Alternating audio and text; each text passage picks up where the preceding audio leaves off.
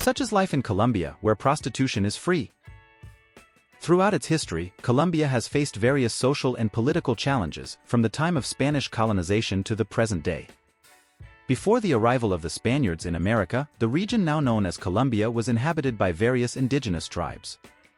Spanish colonization began in the 16th century, with explorers like Alonso de Ojeda and Juan de la Cosa, who set foot on Colombian soil in 1499.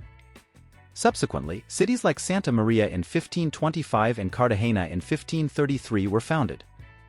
The process of Colombia's independence began in 1810, initially led by figures like Antonio Nariño and Camilo Torres Tenorio, and later led by Simón Bolívar and Francisco de Paula Santander.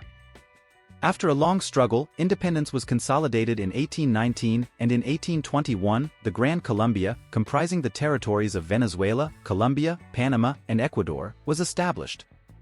Throughout the 19th and early 20th centuries, Colombia faced internal conflicts between the conservative and liberal parties, culminating in a long civil war.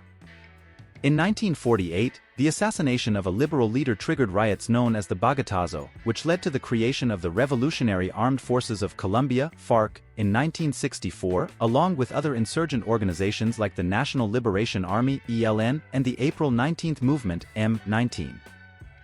In the 1980s, Colombia experienced a boom in cocaine production, becoming the world's largest producer of this substance. However, in recent decades, the country has taken significant steps in combating organized crime and drug trafficking, resulting in an improvement in its international image and an increase in tourism, especially in cities like Medellín, which was once considered one of the most dangerous in the world and is now an emerging tourist destination. The attraction to this country is due to its unique characteristics. When people arrive in Medellín, they often visit the tomb of Pablo Escobar, the founder of the Medellín cartel, which has become the subject of numerous series and movies worldwide. Escobar was later killed by agents supported by the United States. After this period, Medellín and Colombia began a renewal process to change the negative image that accompanied them. Over time, they managed to partially rid themselves of this terrifying image. Streets that were once avoided have become tourist attractions, and the city is full of street artists on every corner.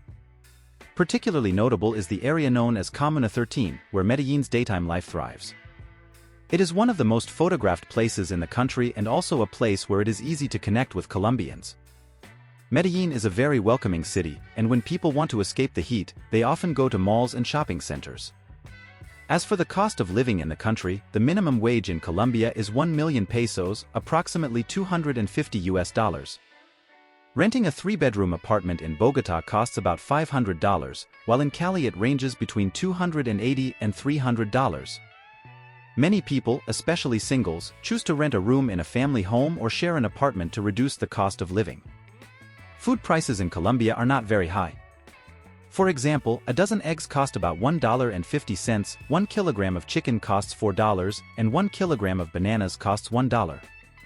In terms of transportation, the country has an Uber system that offers the option to travel for about $3 to anywhere in Medellín, avoiding crowds and congestion on urban public transportation. However, if opting for a regular yellow taxi, it can be considerably more expensive. Locals prefer to use motorcycles, as buying a car is a difficult task for most Colombians, who often don't save money and spend most of their income on basic needs.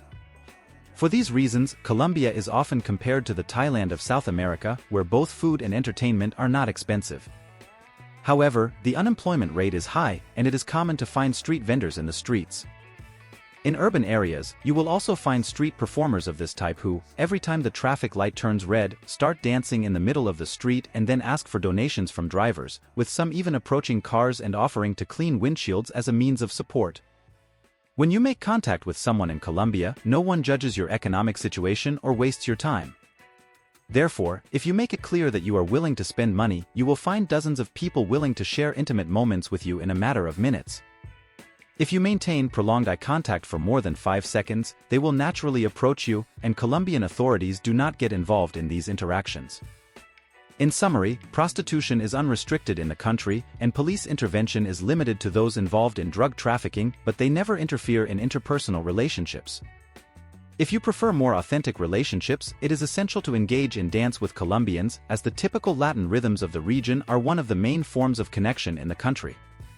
The music doesn't stop until 5 in the morning, and people are always immersed in dance.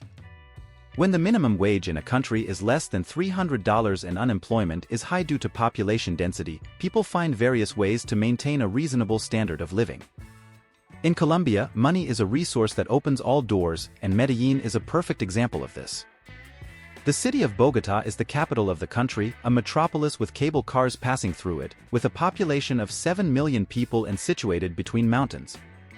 The city rises to 2,650 meters above sea level. Just like in Medellin, street art is valued here, and the city is known for its organization, giving it a metropolitan air. Compared to Medellin, Bogotá is the center of action in Colombia, attracting those who wish to study in the country's universities. The most dangerous area, called Santa Fe, is known for its illegal activities and is a place where most people dare not enter. Colombia is not just about cheap food and lively nightlife, there are other aspects that make it unique.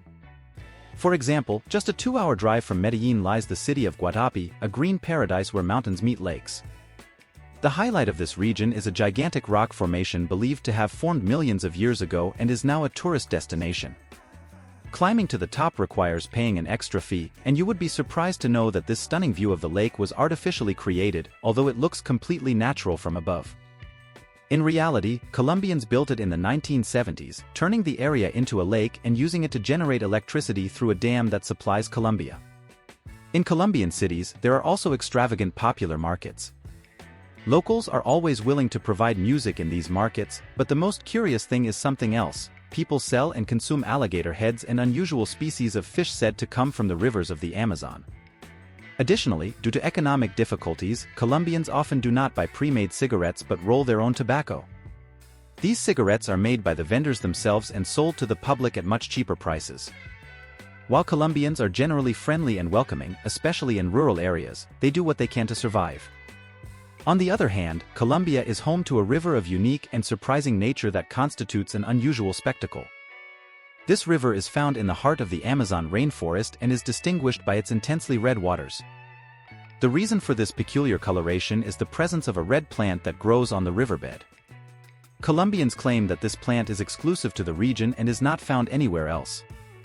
The river was discovered in 1969 and has since been known as the River of Five Colors. If Colombia has not yet piqued your interest, there is another truly unique place in the country. Imagine a small, isolated island in the middle of the ocean with no land connection. This island is inhabited by a large number of people and has no formal municipal government.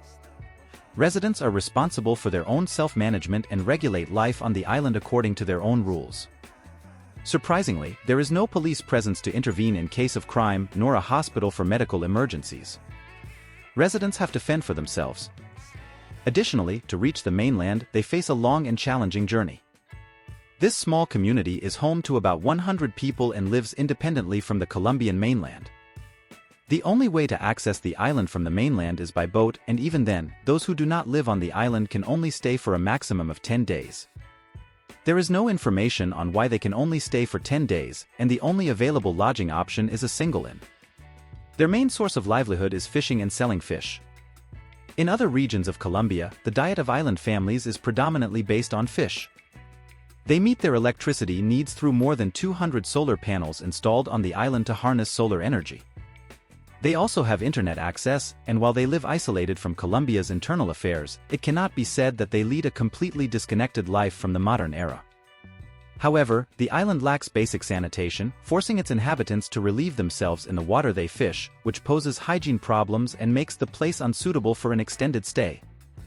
Would you like to know if you have ever been to or plan to visit Colombia in the future? Leave your opinion in the comments below. If you liked the video, don't forget to like and subscribe to the channel. Until the next video.